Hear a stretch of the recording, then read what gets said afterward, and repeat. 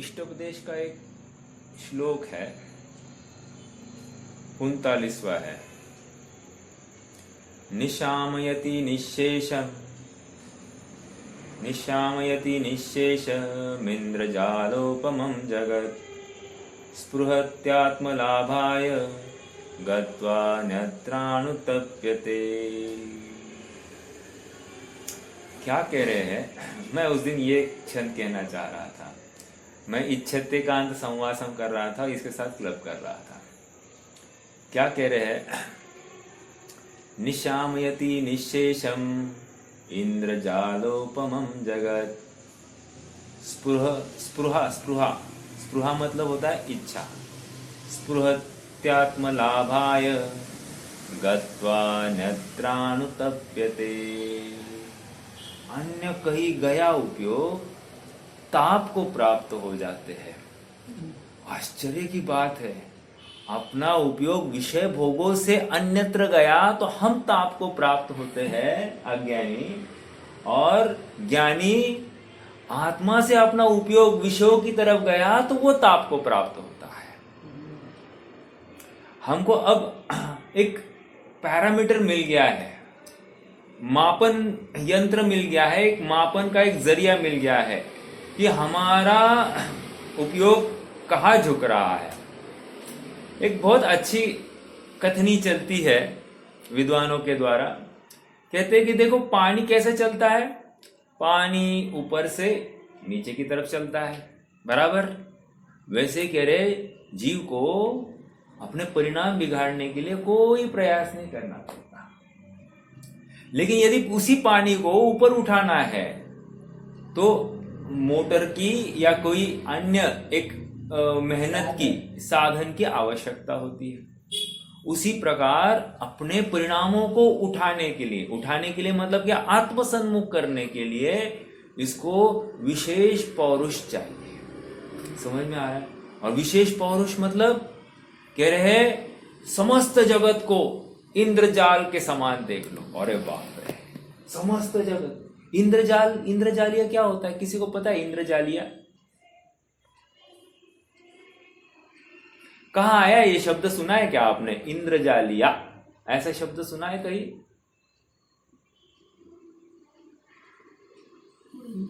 वो दिखता है पर होता नहीं है। वो तो इंद्र क्या है? वो तो आपने क्या है, इंद्रधनुष की बात करी।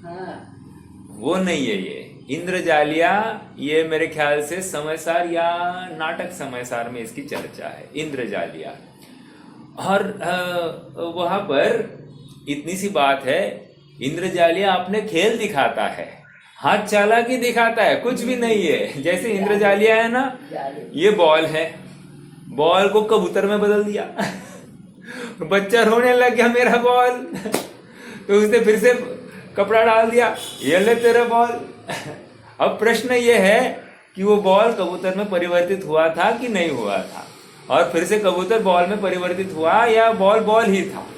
अब ये बहुत बड़ा संशोधन का विषय है, लेकिन जैसा दिख रहा है वैसा मान रहा है। जैसे अपना बॉल नहीं दिख रहा है तो बच्चा रोने को लग गया, और जैसे ही बॉल दिख गया वो आनंद कर रहा है। कबूतर दिख गया वो दुखी हो रहा है। समझ में आ रहा है क्या? क्या है ये सब? दृष्टि का तो खेल है। दोनों पुद्गल पर वस्तु ही थी वैसे देखा जाए तो। फिर भी इंद्रजालिया की बात चल रही। इंद्रजालिया अर्थात जादूगर। समझ में आ रहा है क्या? अब ये कह रहे समस्त जगत को इंद्रजालिया के समान देखना है, अर्थात सभी चमत्कार दिखा रहे हैं तुमको ठगा रहे हैं, फंसा रहे हैं। समझ में आ रहा है क्या? निशामयति निःशेषम इंद्रजालोपमं जगत स्पृहत्यात्मलाभाय। इसलिए क्या कर रहा है ये एकमात्र सभी ठगों की टोली है, सब ठगने वाले हैं, सब। कोई भी अपना नहीं, माता पिता बेटा पत्नी सभी ठगने वाले हैं। और सुनो, कर्णान योग के शास्त्रों में तो चर्चा आती है, जो आज मुझे बहुत प्रिय लग रहा है।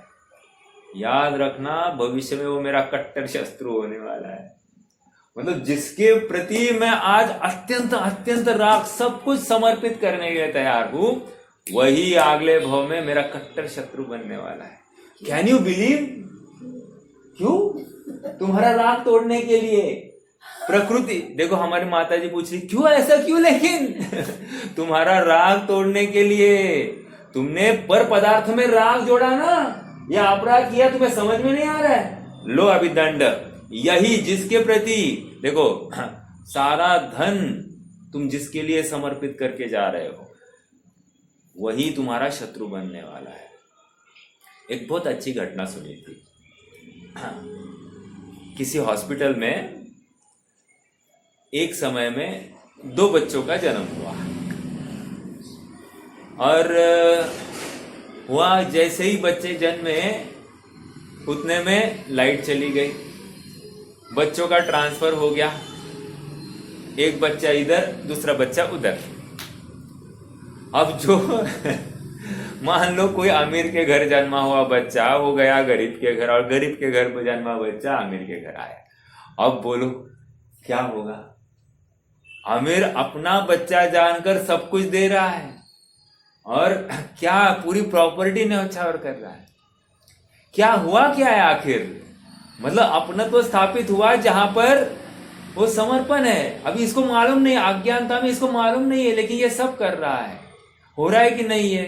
देखो, ये आप कहोगे ये सब पिक्चर जैसी स्टोरियां मत बताओ, वास्तविकता बताओ। वास्तविकता, अरे ये वास्तविकता ही है। हम जिसे हमने अपना जाना, अपना माना, अपना मानकर हमने सब कुछ न्यौछावर किया, सब कुछ समर्पित किया, उसी ने यारो दिल मेरा तोड़ा, ठगा।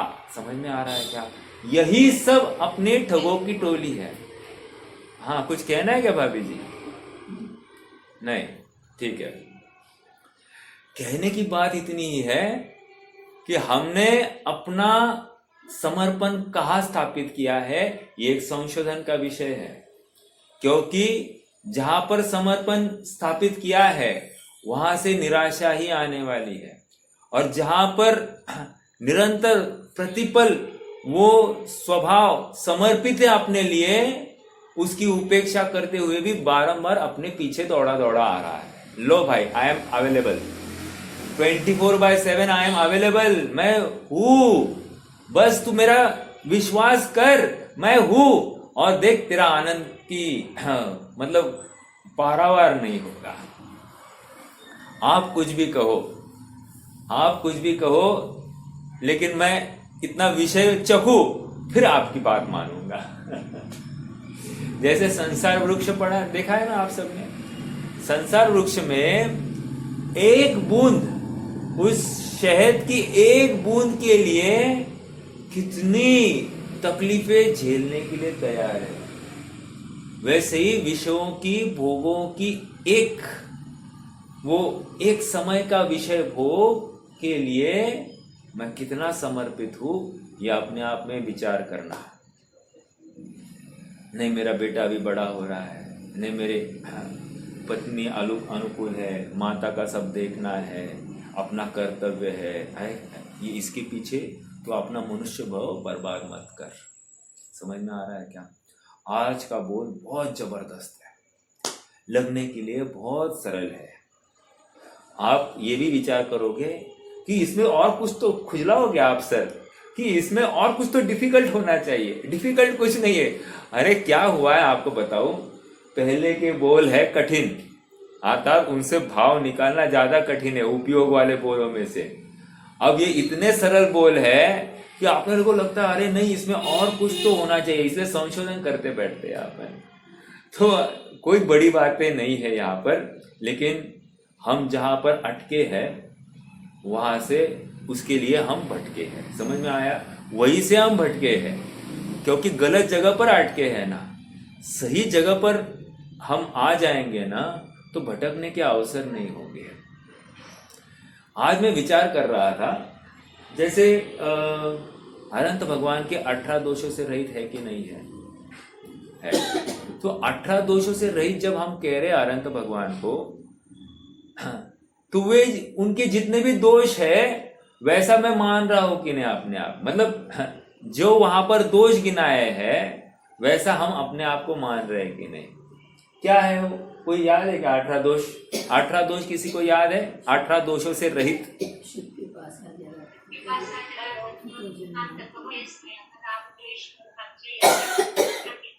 ये तो 11 हो गए, 11 हो गए, 18 की बात थी। वो है ना, जन्म जरा तीर्था शुभा विस्मय कारक के, राग द्वेष मद मोह भय, जरा चिंता के। आ गई ये 18 कहने। राग द्वेष अनमोल जुट ये अष्टादश दोष, होत नाहि जिस जीव के, राग सो होए। कहने की बात, होत नाही जिस जीव के वीतराग सो होए। राइट, आई कि नहीं ये बात? अब देखो हम मान रहे कि नहीं कि हमको बहुत पसीना आ रहा है, बहुत पसीना आ रहा है, मान रहे कि नहीं मान रहे? मान रहे। तो कह रहे हैं मुझे पसीना आता ही नहीं, ऐसा मेरा चिन्ह ही नहीं, इसलिए मेरा आत्मा आलिंग ग्रहण। लगाना या ऐसे मतलब मेरा जन्म नहीं, मेरी मृत्यु नहीं, मैं बूढ़ा नहीं, मैं जवान नहीं, लगाना ये सब, ये चिन्ह आत्मा नहीं है, इसलिए आत्मा आलिंग ग्रहण है। हो गए और 18, ये 20 तो है ही, मैं अपनी तरफ से ये 18 जोड़ रहा हूं। अब आप अपनी तरफ से चाहे उतने लगाना है, जहां जहां अपन अटके हैं गलत जगह पर, वे सब आत्मा नहीं है, इसलिए आत्मा आलिंग ग्रहण है। आप पकड़ रहे हैं क्या मेरी बात? ये ऐसा अभ्यास का एक विषय है ये। आलिंग ग्रहण नहीं यार, बहुत डिफिकल्ट टॉपिक है, नहीं, सबसे आसान वस्तु अपने सामने परोसी गई है तो ये आलिंग ग्रहण के बोल के माध्यम से परोसी गई। साक्षात हमारा आत्मा हाथ पर रखे आंवले के समान हमको दिखा रहे हैं। अब तुम देख नहीं सकते, ये तुम्हारी कमजोरी है, हम नहीं, अभी इसके ऊपर हम ज्यादा कुछ नहीं कह सकते। समझ में आ रहा है क्या? लेकिन देखो प्रयास करो। क्यों? तू समझ का पिंड है और समझदार को ही ये बात समझ में आती है। जहां पर समझ नहीं है उसको समझाने से कोई उपलब्धि भी नहीं है। समझ में आ रहा है क्या? पुद्गल को कितना समझाया जाएगा, ए पुद्गल तू थोड़ा सा ठीक हो जा, मेरा दर्द हो रहा है, करते क्या? समझाते क्या? सर दर्द हो रहा है, हम पुद्गल को समझाते हैं या कुछ और करते हैं? पेट दर्द हो रहा है तो हम क्या करते हैं? समझ में आ रहा है क्या? उपाय एकमात्र भेद विज्ञान है। और सुनो, जितने भी पुद्गलकृत दर्द है, दुख है, रोग है, उनका एकमात्र उपाय, एकमात्र अगर उपाय भी है तो वो समय है। आप समय दोगे, पुद्गलकृत आदि व्याधि सब खत्म हो जाएगी। समय दो बस, इससे ज्यादा और कुछ नहीं चाहिए। ये शिक्षा है, अर्थात समय। हाँ हाँ हाँ, time is Helen Keller. Time is the only medicine, not healer, is the only medicine. मतलब समय ही एक बहुत जबरदस्त औषधि है। डॉक्टर और क्या करते हैं? मतलब अभी डॉक्टर होंगे अपने सभा में तो है, डॉक्टर और क्या है? खाली उसको तसल्ली देते हैं, तुम ठीक होगे। अब वो ठीक होगे इस बल पर थोड़ा सा पेन किलर दे देते हैं तो दर्दनाशक हो गया, इसको ठीक लगने लगता है और 3-4 दिन बाद अपने आप ठीक हो जाते हैं। मैं ज्यादा नहीं जानता, मैं तो बस स्थूल बात कर रहा हूं, हो भी सकते हैं उसमें कोई उपाय, बट कहने की बात इतनी है, बहुतांश अवसरों में यही बात चलती है। मैं क्या कह रहा था कि हम कहाँ अटके हैं इसका विचार हमको करना, और वे सब बातें आत्मा नहीं है, इसलिए मेरा आत्मा आलिंग ग्रहण है। ऐसे हम चिंतन करेंगे तो दिन में हम जहां जहां अटके हैं, ये आत्मा नहीं है, इसलिए मेरा आत्मा आलिंग ग्रहण है। तो मेरा आत्मा कैसा है? एक उपयोग मात्र है, जो उपयोग पर का होता ही नहीं, पर से कुछ ग्रहण करता नहीं, ऐसा निरालंबी। हाँ। निर्देह है, निर्मूढ़ है यह निरालंबी आत्मा। वो निरालंबी आत्मा का बोल है ना, अभी मैं ठीक से नहीं कह पा रहा हूं, बट वहां निरालंबी आत्मा आया है कि नहीं आया? निरालंबी आत्मा कहकर क्या कहना चाह रहे हैं? पर का आलंबन इसको नहीं है, और तू क्या मान रहा है? आलंबन। आलंबन के बिना मेरा कुछ हो ही नहीं सकता। ले, अब तेरे कौन समझाए इस जीव को? इस जीव को कौन समझाए कि तू इसके बिना भी है? विचार कीजिए ना, थोड़ा सा विचार कीजिए। जैसे विग्रह गति में है, इसको खाने को क्या मिल रहा है? इस जीव को खाने को क्या मिल रहा है? कुछ भी नहीं मिल रहा है। चलो ठीक है, विग्रह गति में नहीं मिला, जहां पर पहुंच गया, जन्म लेना है वहां पर इसको खाने के लिए क्या है? कुछ भी नहीं है। श्वासोश्वास ले रहा है क्या वो जीव उस समय में? श्वासोश्वास ले रहा है? भाई प्रश्न है आप सबको, विग्रह गति में श्वासोश्वास ले रहा है क्या?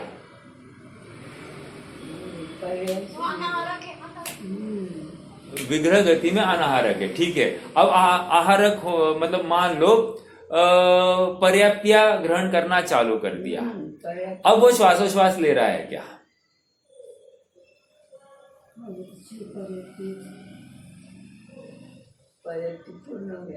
हाँ बोलिए। शरीर पर्याप्ति लेने के बाद, मतलब पर्याप्त होने के बाद श्वासोश्वास शुरू होगा। बराबर है कि नहीं? तब तक श्वासोश्वास है क्या? नहीं है ना। इसका मतलब श्वासोश्वास के बिना भी जी रहा है कि नहीं जीव? जी रहा है कि नहीं? अरे मैं ये प्रूव करना चाहता हूं, मैं है नहीं है उसकी बात नहीं कर रहा हूं। अर्थात संसार अवस्था में भी श्वासोश्वास के बिना जीता है ये जीव।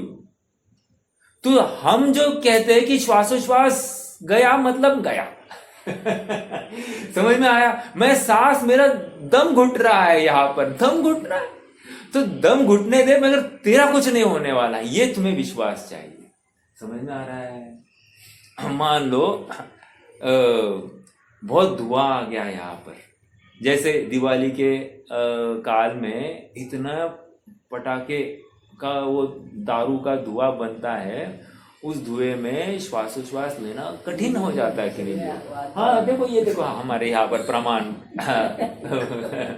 कि बिल्कुल हमको श्वासोश्वास लेना बिल्कुल। वह कह रहे उस समय में भी ये समझा रहे कि तू श्वासोश्वास से, प्राण से जीता ही नहीं है।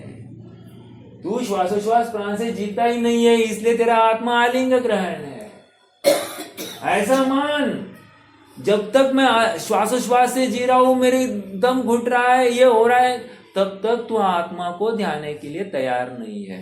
अर्थात तू कोई ना कोई उपाधि ग्रहण करके ही आत्मा के सुख की कल्पना कर बैठा है। ये धुआं हट जाए तो मैं सुखी होऊंगा। लो, अर्थात धुएं के आश्रित मेरा सुख और दुख है, ये कहां से लाया? समझ में आ रहा है क्या? मेरा सुख कहां था? स्वभाव में है ना। जब स्वभाव सुख स्वभावी कह रहे हैं, तो हम बाहर से सुख की कल्पना या दुख की कल्पना क्यों कर रहे हैं? प्रश्न है। और वही भेद ज्ञान का अवसर है हमारे लिए, वही समाधि का अवसर है। विचारणीय बिंदु है, बहुत गंभीर बातें हैं, very very easy topic, but हम कहां कहां चूक रहे हैं, ये हमको उसकी तहकीकात करनी, उसके तह तक जाना है कि हाँ मैं यहां पर गलत हूं। कोई दूसरा नहीं आएगा हमको कहने के लिए तू गलत है, और कदाचित कोई कहेगा तो हमारी खोपड़ी हिली होगी तो उसके दो चाटे लगा देंगे। समझ में आ रहा है क्या? तुम्हारा देखो, बड़े आए हमको समझाने वाले, बराबर नहीं है ये बात। देखो, स्वाध्याय सभा में सब चुपचाप सुन लेते हैं, लेकिन स्वाध्याय जैसे ही खत्म हो गया, कोई किसी की सुनने के लिए तैयार नहीं है। क्या कारण होगा? ऐसा क्या जादू होगी स्वाध्याय सभा की कि सब कुछ सुन सकता है ये जीव, चाहे कठोर से कठोर बात सुन सकता है, लेकिन स्वाध्याय खत्म होते ही, हाँ ये स्वाध्याय तक ये बातें एकदम बराबर है, स्वाध्याय के बाद में हमको ये बातें बिल्कुल सुननी इष्ट भाषित नहीं होती। क्या कारण होगा? अर्थात किसी विशिष्ट काल में हमारी कषाय की मंदता होगी और किसी विशिष्ट काल में हमारी कषाय की तीव्रता होती है। निष्कर्ष, हमको निरंतर स्वाध्याय करते रहना चाहिए। उपाय है ये सब, ये जिनवानी के माध्यम से हमको ये एनालिसिस करते आने चाहिए। और हम क्या करते हैं? स्वाध्याय के माध्यम से मात्र अपना मनोरंजन करते हैं।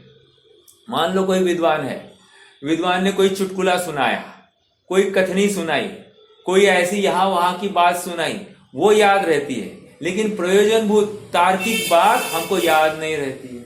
समझ में आ रहा है क्या? तो ये क्या हो गया, हम भी मनोरंजन कर रहे हैं स्वयं में। जैसे कोई फिल्म में जाकर वहां पर जो कोई दृश्य हो रहे हैं उन दृश्यों के माध्यम से मनोरंजन करता है, वैसे ही हम ये शास्त्र अभ्यास के बहाने अपना मनोरंजन कर रहे हैं। अरे ये शास्त्र अभ्यास आत्मानुभव के लिए था, आत्मा को समझने के लिए था, आत्मा की जानकारी लेने के लिए था। हम आत्मा को छोड़कर ये यदि स्वाध्याय कर रहे हैं तो हम सच्चे सुखार्थी नहीं है। समझ में आ रहा है? आज का बोल हमारा चलना है। वैसे 12वां बोल क्या था, कोई बता सकता है क्या? 12वां बोल देखकर बोलो भाई, हमारे यहाँ पर छूट है।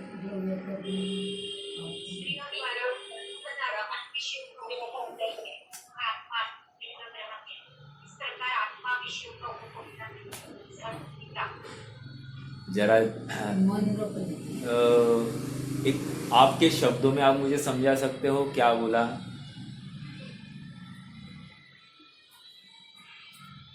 आत्मा विषयों का उपभोग नहीं है, इसलिए आत्मा अलिंग ग्रहण है। ये 12वां हो गया। 13वें बोल में क्या आया?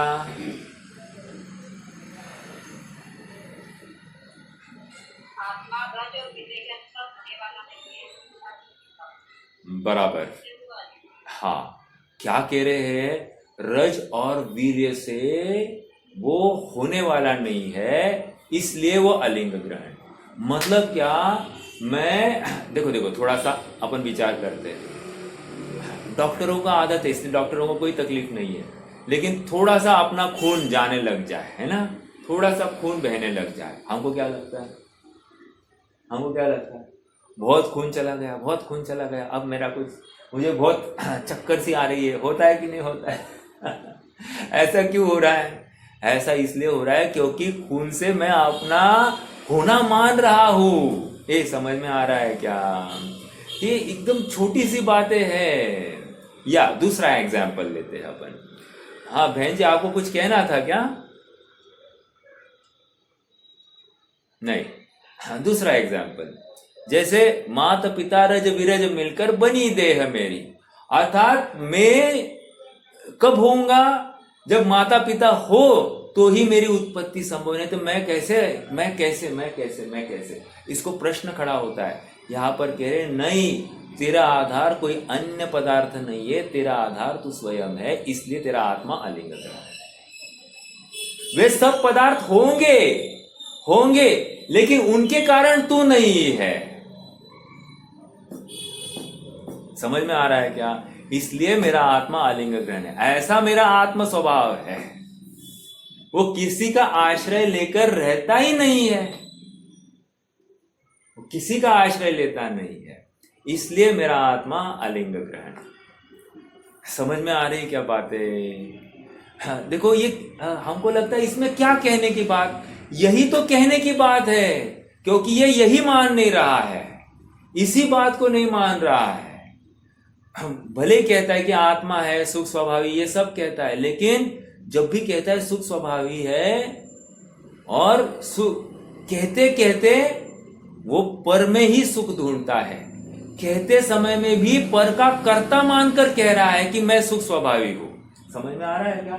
अर्थात इस वाणी का कर्ता बनकर वो स्वयं को सुख स्वभावी कह रहा है, जबकि वो वाणी का कर्ता है नहीं। माता पिता से उत्पत्ति हो रहे ऐसी तो मान्यता है, तो इसमें हाँ वो तो गई है ना, बिल्कुल। ये एक बात हो गई, खून से मैं मतलब ये खून नहीं रहेगा, खून की कमी हो रही है। ऐसा कितने पेशेंट्स आते होंगे ना आपके पास में, खून की कमी है, और जैसे कोई कैंसर है ना, कैंसर में वो कोई रेड सेल्स कम होने लग गए इसलिए मर गया। डेंगू में क्या होता है साहब, प्लेटलेट्स कम हो गई इसलिए मर गया। ये क्या है? मतलब खून की ही कुछ कमी होने से आत्मा जाता है, यही कह रहे कि नहीं? मतलब मेडिकल साइंस जिसके ऊपर कह रहा है कि ये कम हो गया इसलिए ये मर गया, यहां पर कह रहे हैं नहीं, ये तू है ही नहीं, इसलिए आत्मा आलिंग ग्रहण है। अर्थात खून कम हो या ज्यादा हो उस शरीर में, इसको लेकर तेरा कुछ भी नाश या वृद्धि हुई नहीं है। आप पकड़ रहे क्या मेरी बात को? जैसे किसी को ब्लड कैंसर हो गया, ब्लड कैंसर में क्या होता है, एक तो मैलिग्नेंसी होती होगी, ज्यादा रेड सेल्स बनते होंगे या कुछ घटते होंगे, कुछ दो प्रकार की तो बातें हो सकती है, मुझे ज्यादा जानकारी नहीं है, लेकिन वो मैं नहीं हूं। और मेडिकल साइंस क्या कहता है, इसकी कमी की वजह से जीव मर गया। और हम यहां पर कह रहे, आचार्य देव कह रहे नहीं, तू इसके कारण जीता भी नहीं है और इसके कारण इसलिए मरता भी नहीं है। आप पकड़ रहे क्या? इसलिए मेरा आत्मा आलिंग ग्रहण है। वो आयु की बात हो गई, वो आयु की बात हो गई। नहीं, मैं तो एक छोटे छोटे बिंदुओं को खड़ा कर रहा हूं। हाँ, कि इसकी वजह से चला गया, इसकी वजह से चला गया। नहीं, आत्मा चला गया नहीं, आत्मा है, शाश्वत पदार्थ, शाश्वत प्रभु यहां पर है। मानो तो सही है। अब ये एक क्षण भर के लिए हम ये स्वीकार करें कि मैं हूं और मैं अविनाशी पदार्थ हूं, अजर अमर पदार्थ हूं, अनादि निधन पदार्थ हूं, मेरा कभी नाश होता नहीं। चाहे विकृति हो, शरीर में रोग हो, शरीर गल रहा हो, सड़ रहा हो, मैं तो उससे अत्यंत भिन्न, एकदम परम पवित्र पदार्थ हूं। मानो तो सही। अशुचि भावना की बात आ रही है यहां पर, अशुचि भावना कह रहे, किंतु रहे इस देह में निर्मल रहा जो आत्मा। अरे इस अशुचि तन में रहते हुए भी जो निर्मल रहा है, जो वस्तु क्षण भर इस देह के संयोग में आ जाएगी तो वो भी एकदम रुधिर मलमूत्रमय हो जाएगी, वो हो जाएगी, लेकिन आत्मा बिल्कुल नहीं। हाँ, शुचि स्वभाव वाला है, निरंतर सफाई चल रही है आत्मा की, निरंतर। जैसे दर्शनावरण जो होता है, दर्शन उपयोग जो होता है ना, वो क्या करता है, वो क्या करता है, उपयोग को साफ करता है, पहले का साफ करता है स्क्रीन और नवीन स्क्रीन तैयार करता है, राइट। उसी प्रकार ये शुचि नामक धर्म आत्मा में है, वो क्या कर रहा है, आत्मा को मलिन होने ही नहीं देता है। ठीक है। और एक बात, शुचि नाम का धर्म और एक काम करता है, क्या करता है, कैसे करता है, कह रहे किसी से मिलने ही नहीं देता। जब मिलावट ही नहीं होगी तो खराबी कैसे होगी? समझ में आ रहा है क्या? जैसे मान लीजिए अब थोड़े से बरसात के दिन है, बराबर, अभी माता बहनें कुछ अनाज लेती होगी, हाथ धो लिए होंगे और वही हाथ डाल दिया, मान लो दाल में या चावलों के इसमें, तो उसको लेकर क्या होगा, गीले हाथ गए, वहां पर जीव उत्पत्ति होने के अवसर बन जाते हैं। समझ में आ रहा है क्या? तो संक्रमण हो गया ना वहां पर। तो जीव उत्पत्ति क्यों हुई? ये इसका कारण एक है कि वहां पर आर्द्रता चली गई, अर्थात संकर आ गया, संकर अर्थात मिलावट आ गई वहां पर। अगर वहां पर आर्द्रता नहीं जाती तो खराबी भी नहीं होती। उसी प्रकार आत्मा में कुछ मिलावट होती ही नहीं है, इसलिए आत्मा शुद्ध बना रहता है। और ऐसा जगत का प्रत्येक पदार्थ शुद्ध बना रहा है। आचार्य देव कह रहे हैं कि प्रत्येक पदार्थ शुद्ध क्यों है, क्योंकि वो किसी में जाकर मिलता ही नहीं है। अब तुझे लग रहा है जाकर मिल गया है, तो इसको कौन सुधारे? तू जैसे केवली भगवान देख रहे हैं ना वस्तु स्वरूप को, वस्तु का परिणमन जैसे देख रहे हैं ना, वैसा तू क्यों नहीं देखता है? नहीं, हमको दिखाई नहीं दे रहा। हाँ, तो इसलिए तो हम केवली भगवान को आधार बनाकर दिखा रहे हैं ना तुझे, उनकी दृष्टि से तुझे दिखा रहे हैं। तुझे दिखाई नहीं दे रहा है इसलिए उनकी दृष्टि से दिखा रहे हैं। क्यों? क्योंकि तू उनको मानता है। और यदि तू देखना नहीं चाहता है तो तू केवली भगवान को नहीं मानता है, ऐसा हम मान लेंगे और हमारा तुम्हारे प्रति का विकल्प खत्म हो जाएगा। समझ में आ रहा है क्या? हम तुम्हें क्यों समझा रहे हैं? क्योंकि तुम केवली भगवान के अनुयायी स्वयं को कहलाते हो। और जिस दिन तुम इस बात का विरोध करते मिलोगे तो हम यही निर्णय करोगे, तुम लाख जाकर वहां पर नौटंकी करते हो, लेकिन तुम सच्चे सुखार्थी नहीं हो, तुम सच्चे देव को अभी भी भज नहीं रहे हो, तुम्हारे में गृहीत मिथ्यात्व पल रहा है। इसलिए तुझे आत्मा की प्राप्ति नहीं होगी। क्यों? क्योंकि तू ऐसे अलिंग ग्रहण स्वरूप ही आत्मा को ध्याता नहीं है।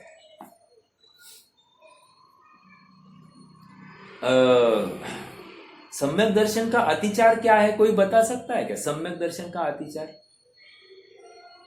एक छोटा सा अतिचार, चलो मैं ही बता देता हूं। एक अतिचार ऐसे बताया है, पर अन्य मत प्रशंसा, अन्य मत प्रशंसा करना, ये सम्यक दर्शन वाले, सम्यक दृष्टि के लिए अतिचार अर्थात दोष आ गया। क्या? जैसे मदर टेरेसा, संत मदर टेरेसा अच्छी थी क्या बुरी थी? अच्छी थी या बुरी थी? हमारी माता जी की इसमें क्या शक, अच्छी थी। हो गया अतिचार, हो गया अतिचार। सम्यक दृष्टि को ऐसा किसी पर व्यक्ति को अर्थात पर धर्मानुयायी को कि अनुमोदना या उसकी प्रशंसा करना होता ही नहीं है, वो करेगा ही नहीं, करेगा नहीं, क्योंकि सम्यक दर्शन में दोष है वो।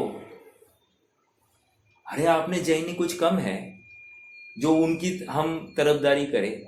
समझ में आ रहा है? वो कौन से भगवान को पूछते, वो क्या खाते हैं, क्या पीते हैं, मात्र थोड़े से रोगियों की सेवा की, इसका मतलब वे अच्छे हो गए, ये कहाँ से आया? हमारे अच्छी की परिभाषा सच्चे देव शास्त्र गुरु के अनुयायी और उनकी अकाट्य श्रद्धा, उनके अनुसरण, उनके मार्ग पर चलने वाला ही हमारे लिए अच्छा। फिर हमारा लड़का भी क्यों ना हो और हमारे हिसाब से नहीं चले, हमारे हिसाब से मतलब भगवान ने कहे हुए सिद्धांतों के अनुसार नहीं चले, तो वो अच्छा नहीं। हमारी धर्मपत्नी भी क्यों ना हो और भगवान के कहे हुए अनुसार ना चले, तो हमारे लिए वो अच्छी नहीं। समझ में आ रहा है क्या? कठोर बातें हैं, लेकिन ये बात स्वीकार करनी पड़ेगी। क्यों? इसी प्रकार से अपना धर्म का स्वरूप बताया है। मैं कहाँ से गया था? मैं सम्यक दर्शन में दोष की तरफ से लेके गया था। हालांकि अलिंग ग्रहण में आत्मा में प्रकृत मलिनता आती नहीं है, हम कह रहे हैं, लेकिन सुनो, तुम अपना स्व का आश्रय छोड़कर पर का आश्रय लेकर बैठे गए ना और उसको अच्छा मान के बैठे ना, वो अच्छा ही गलत है तुम्हारे लिए। इसलिए हम कह रहे हैं कि तुम अलिंग ग्रहण ऐसे स्वभाव को तुम ध्यान दे रहे हो। आइए हम थोड़ा सा आगे बढ़ेंगे, पेज नंबर 312 13 पर आ जाइए।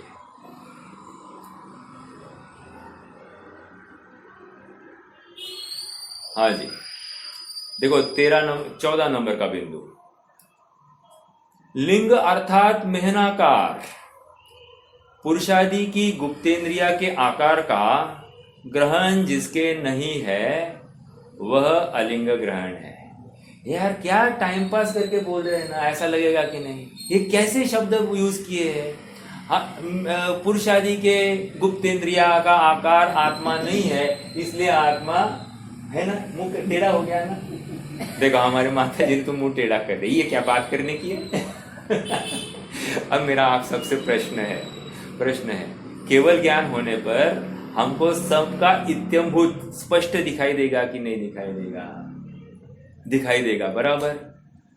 कौन क्या कर रहा है, कौन किसकी कैसी है, फिगर सब कुछ दिखाई देगी कि नहीं?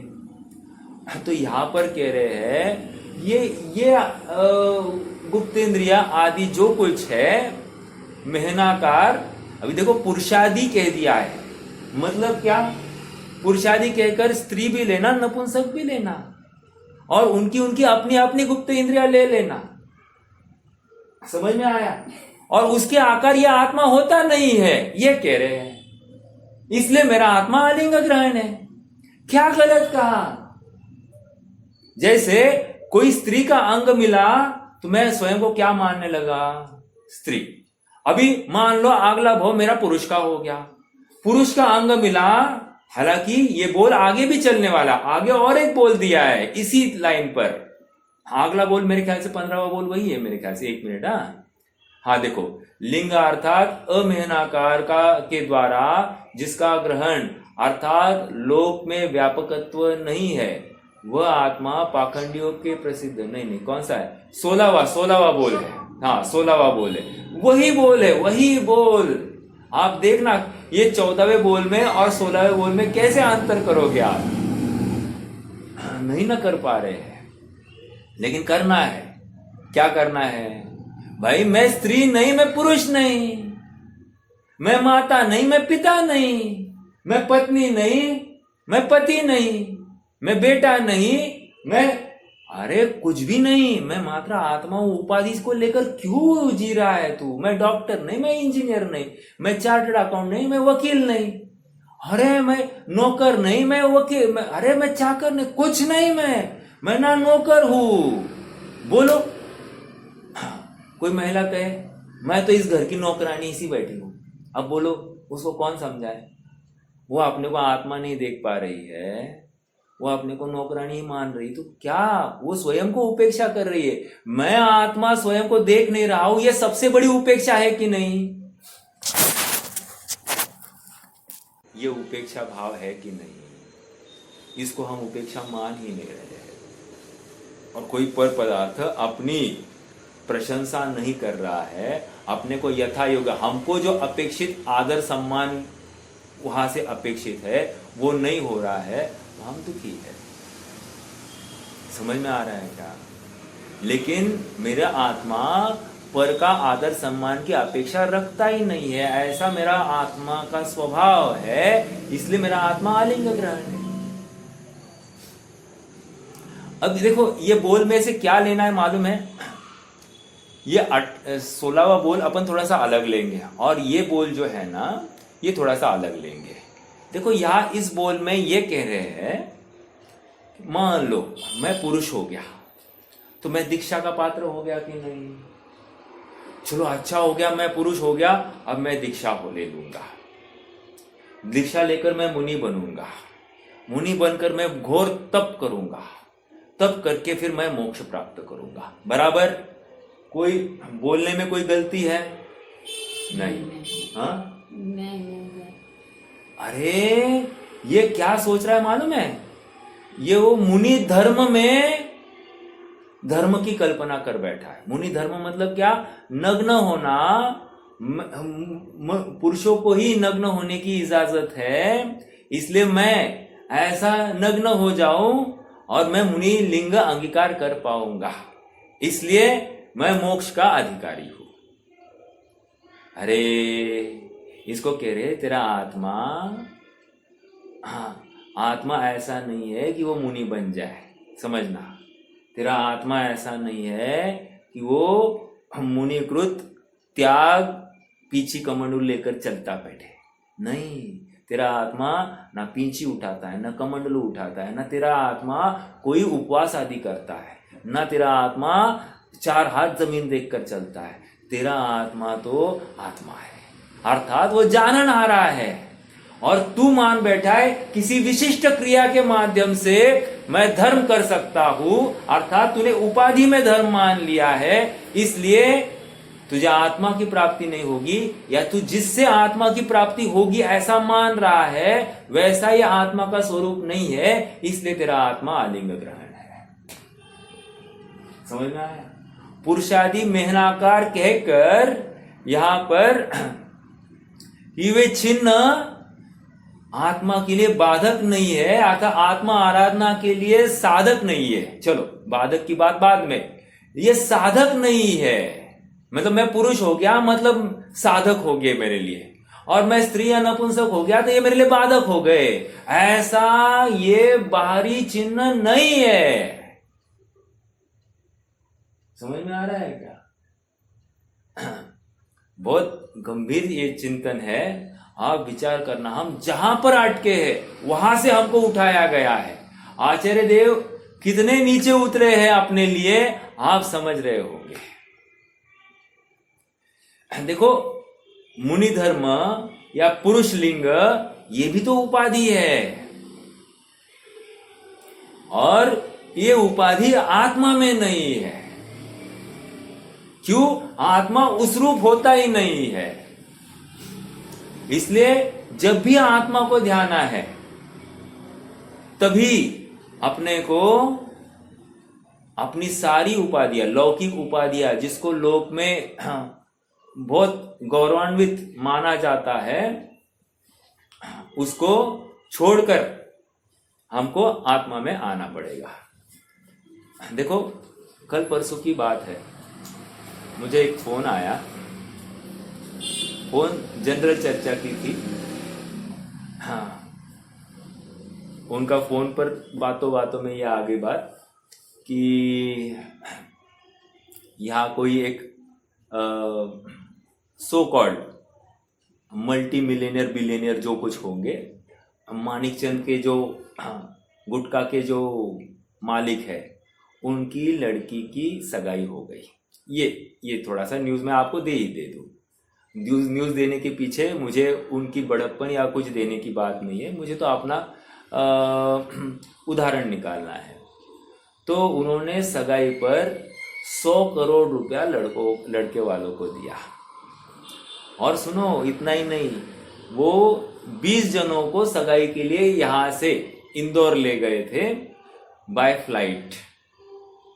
और जितने भी गांव वालों को ले गए थे फ्लाइट से, उनको शिखाबाड़ी में 60-70 हजार की शिखाबाड़ी दे दी। अब उनमें से मेरा भाई भी, उसको भी ले गए थे वो। तो प्रेस्टीज इशू बन गया, हो गया कि नहीं? अर्थात कोई श्रेष्ठ व्यक्ति पूरे गांव में से 20 जनों में वो ले गया, और उन 20 जनों में एक विशिष्ट व्यक्ति को, मतलब 20 जनों को, मान लो 10-15 हजार की पॉपुलेशन में से 20 जनों को ले गया होगा, तो वे श्रेष्ठ व्यक्ति ही होंगे ना, सो कॉल्ड। उनको ले गया तो उनकी प्रतिष्ठा किस जाति की होगी?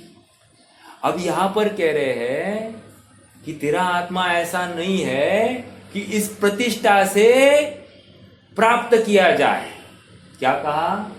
तेरा आत्मा इस प्रतिष्ठा संबंधी उपाधि से प्राप्त किया जाए, ऐसा तेरा आत्मा नहीं है। मतलब जब भी तुझे आत्मानुभव करना होगा, ये प्रतिष्ठा को, ये प्रसिद्धि को, तेरी सेठाई को तुझे जलाकर आना है, तभी तुझे आत्मा मिलेगा। समझ में आ रहा है क्या? लोग इसी की न्यूज बनाते हैं और माउथ पब्लिसिटी चलती रहती है, और कुछ कुछ लोग तो उस प्रशंसा के ही भूखे हैं और उसके पीछे दिन रात न्यौछावर करते हैं।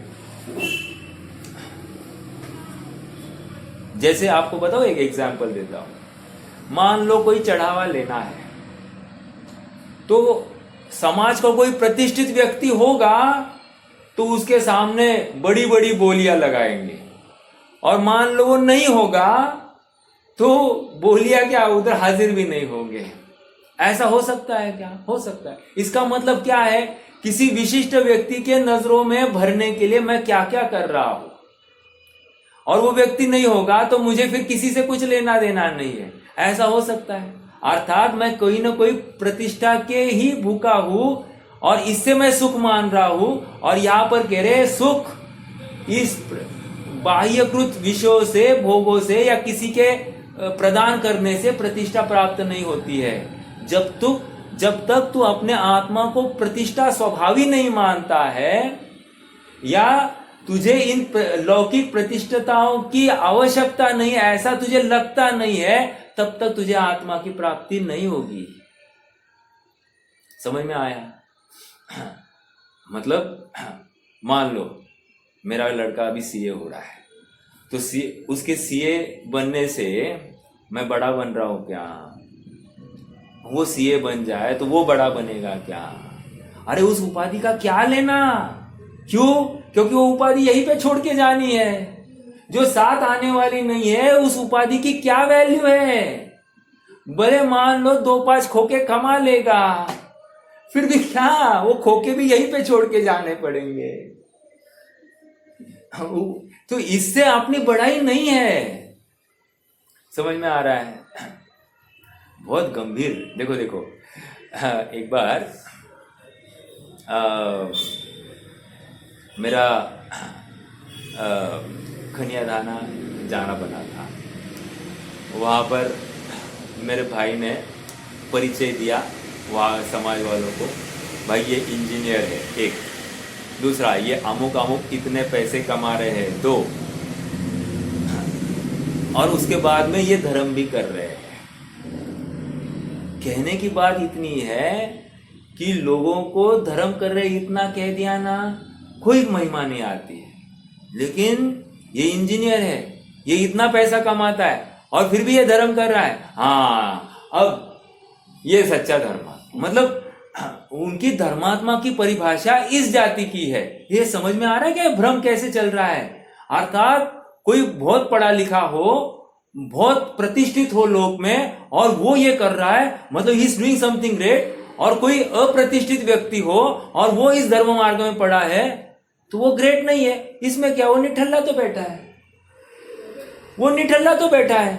हमारी आत्मा के प्राप्ति की परिभाषा गलत है या सही है, आपको विचार करना है।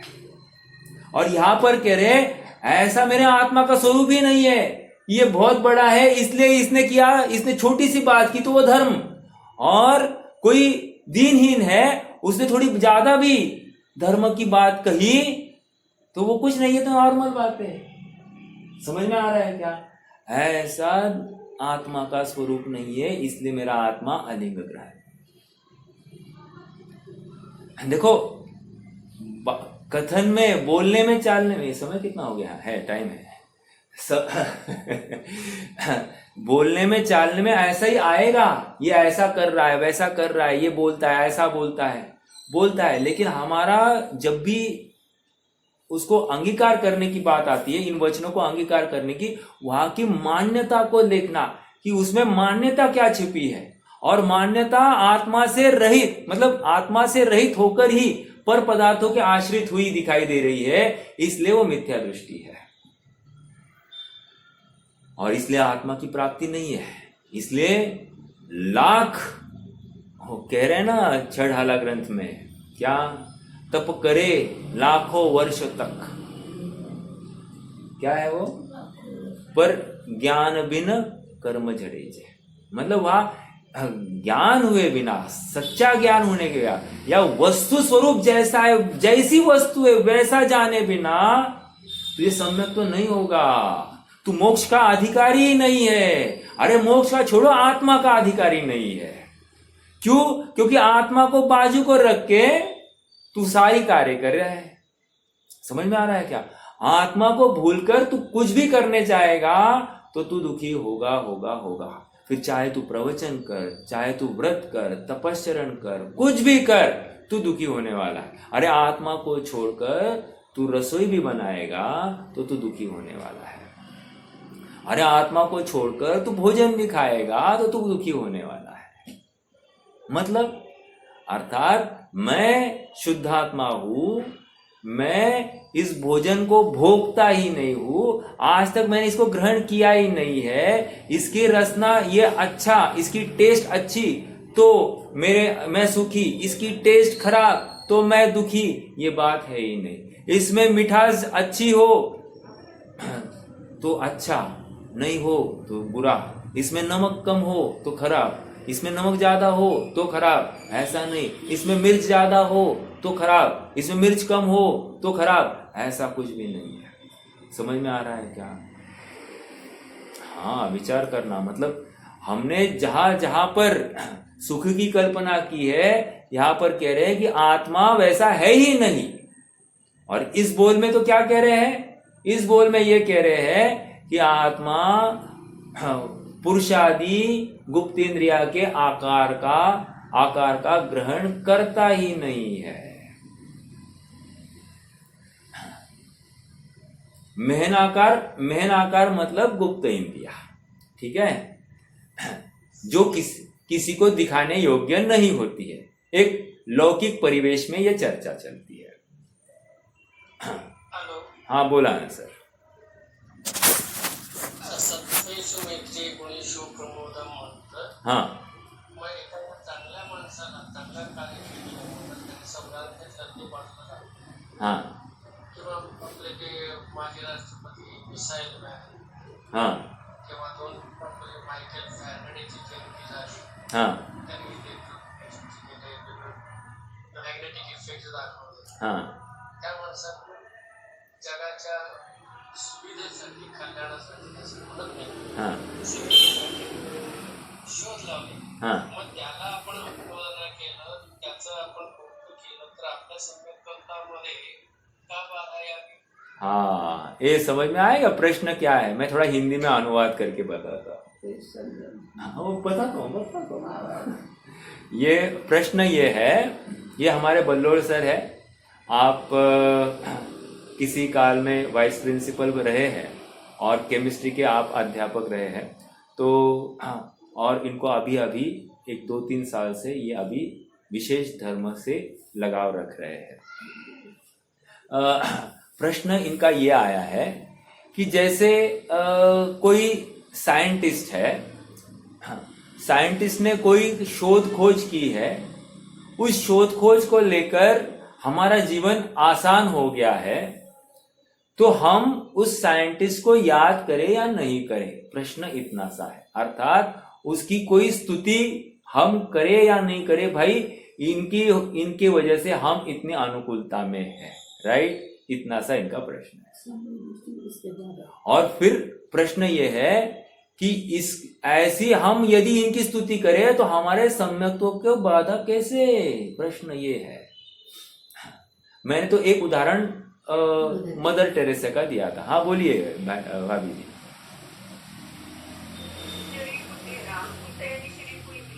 हाँ, एक बहुत अच्छी बात, आपने बहुत शॉर्ट में उत्तर दिया, मैं थोड़ा सा एक्सप्लेनेशन देता हूँ।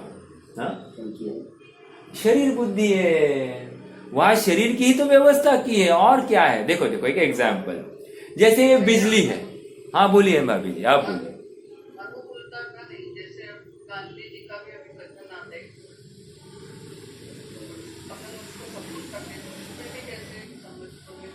हाँ ओके ओके ओके, आपने गांधी जी की बात रखी। देखो हमको उनकी क्रियाओं में विरोध नहीं है। एक मंद कषाय के कार्य धर्म कार्य नहीं हो सकते, समझना इस बात को। मंद कषाय के कार्य धर्म कार्य नहीं हो सकते, लेकिन अन्य मति ने ये किया है और तू नहीं कर पा रहा है जैनी होकर, इसलिए हम तुम्हें ये उदाहरण दे रहे हैं। उदाहरण दे रहे हैं, समझ में आया? इसका मतलब ये ग्रेट हो गई, इसकी बात हम कहा कह रहे हैं? हम ये कह रहे हैं कि वो कर रहे हैं, उनको महिमा आ रही है अहिंसा की, और तुझे अहिंसा धर्म की महिमा नहीं आ रही है, इसलिए तुम्हें प्रेरणा देने के लिए हम ये कह रहे हैं। हम उनकी अनुमोदना बिल्कुल नहीं कर रहे हैं। एक, अब दूसरी बात, जैसे ये बिजली की खोज की गई, राइट? अब बिजली की खोज करना अच्छी थी या बुरी थी? अपने आप में संशोधन या विचार का बिंदु है। आप विचार करो, बिजली अपने आप में अग्निकायिक है, राइट? आप कहोगे बिजली नहीं होती तो हमारा ये स्वाध्याय नहीं होता। आज हम इतने दूर से स्वाध्याय में जुड़े हैं, ये बिजली की वजह से है, इसलिए बिजली अच्छी है, ऐसा बोलोगे कि नहीं बोलोगे?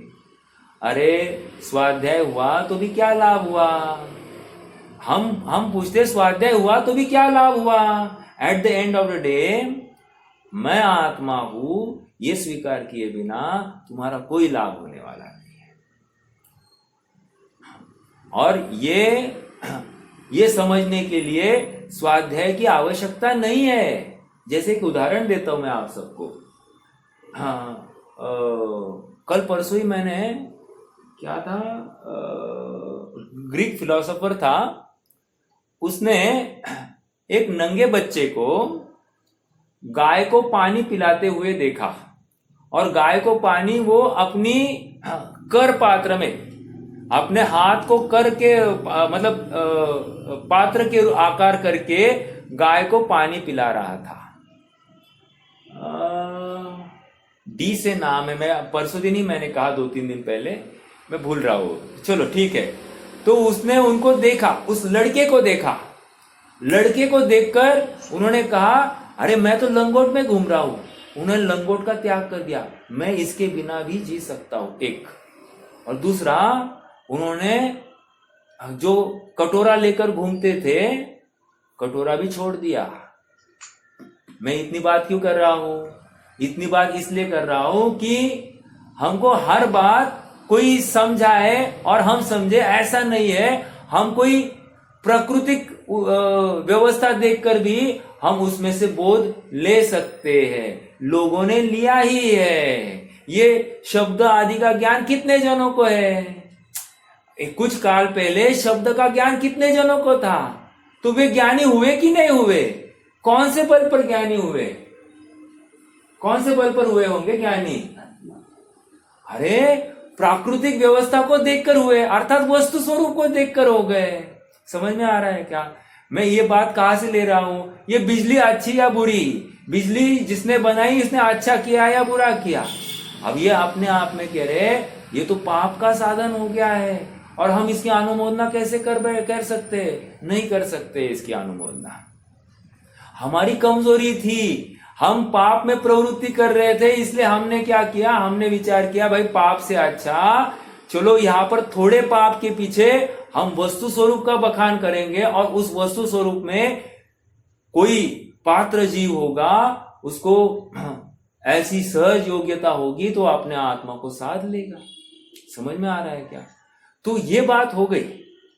आप सबके सामने एक प्रश्न है फिर से कि ये इतनी, आज तो धर्म के साधन कितने उपलब्ध है और सब बिजली के ऊपर चल रहे हैं। 40-50 साल पहले या 100 साल पहले धर्म के साधन कितने थे? अरे एक गांव में एक प्रवचनसार होता था, एक गांव में दूसरे गांव में एक समयसार होता था। अरे मतलब एक गांव में सारे समयसार प्रवचनसार आदि के सेट भी नहीं होते थे, और ऐसा फिर देवा लेवा चलता था, यहां से वहां, वहां से यहां, और ट्रांसफर होता था, और फिर यहां स्वाध्याय चलता था, वहां दूसरा स्वाध्याय चलता था, ऐसा होता था।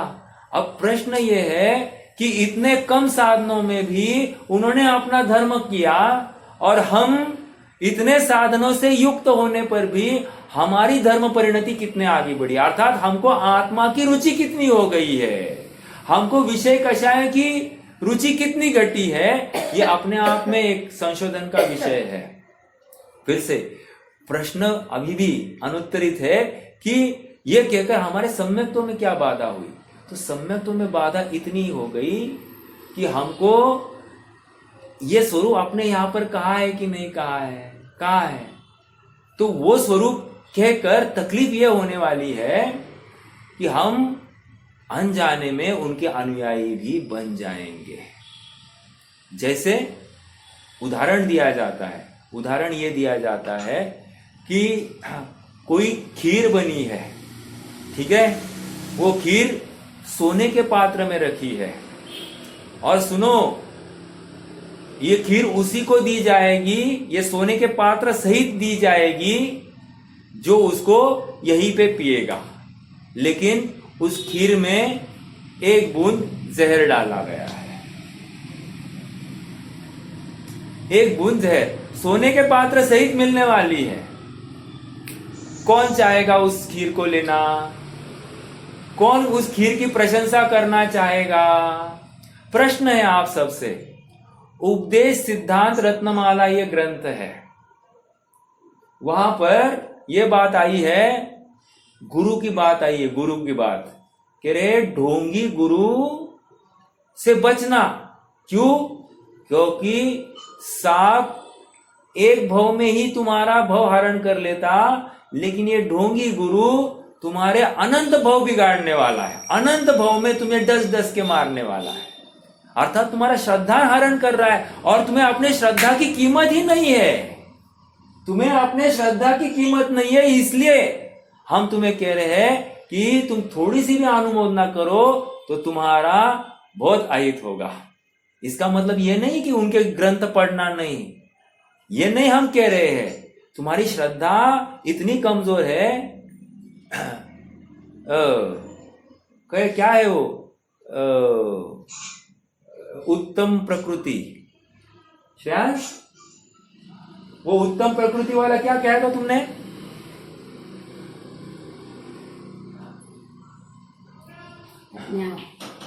वो उत्तम प्रकृति वाला रहीम का दुआ था ना? कौन सा? बोलो ना। जो नर उत्तम प्रकृति का करी सकत कुसंग,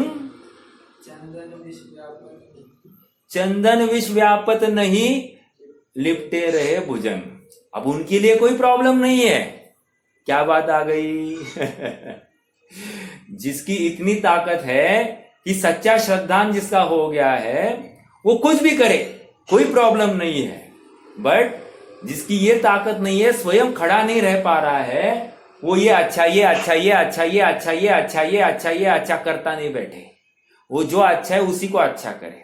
और जिस दिन इसकी ताकत खड़ी हो गई ना अकेले खड़े रहने की, फिर वो चाहे वो कर सकता है। जो नर उत्तम प्रकृति क्या कर सकत कुसंग, हाँ, भुजंग लिपटे रहे।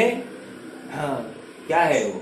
चंदन के वृक्ष को भुजंग लिपटे रहे, तो वो भुजंग का, भुजंग मतलब सांप का विष उस चंदन के वृक्ष में तो प्रवेश नहीं करता है। वो उत्तम प्रकृति है उसकी। ऐसी आपकी सबकी किसी की हो तो कोई विरोध नहीं है उसमें, लेकिन यह अपेक्षा, ये कथन किसी अपेक्षा लेकर है। तुम्हारी अगर ताकत है खड़े रहने की तो वेरी गुड, कोई प्रॉब्लम नहीं है। लेकिन तुम्हारी ताकत नहीं है ना, हमको मालूम है ना तुम कितने कमजोर हो। इसलिए किसी पर मदानुयायी की अनुमोदना किंचित मात्र भी शोभा नहीं देती।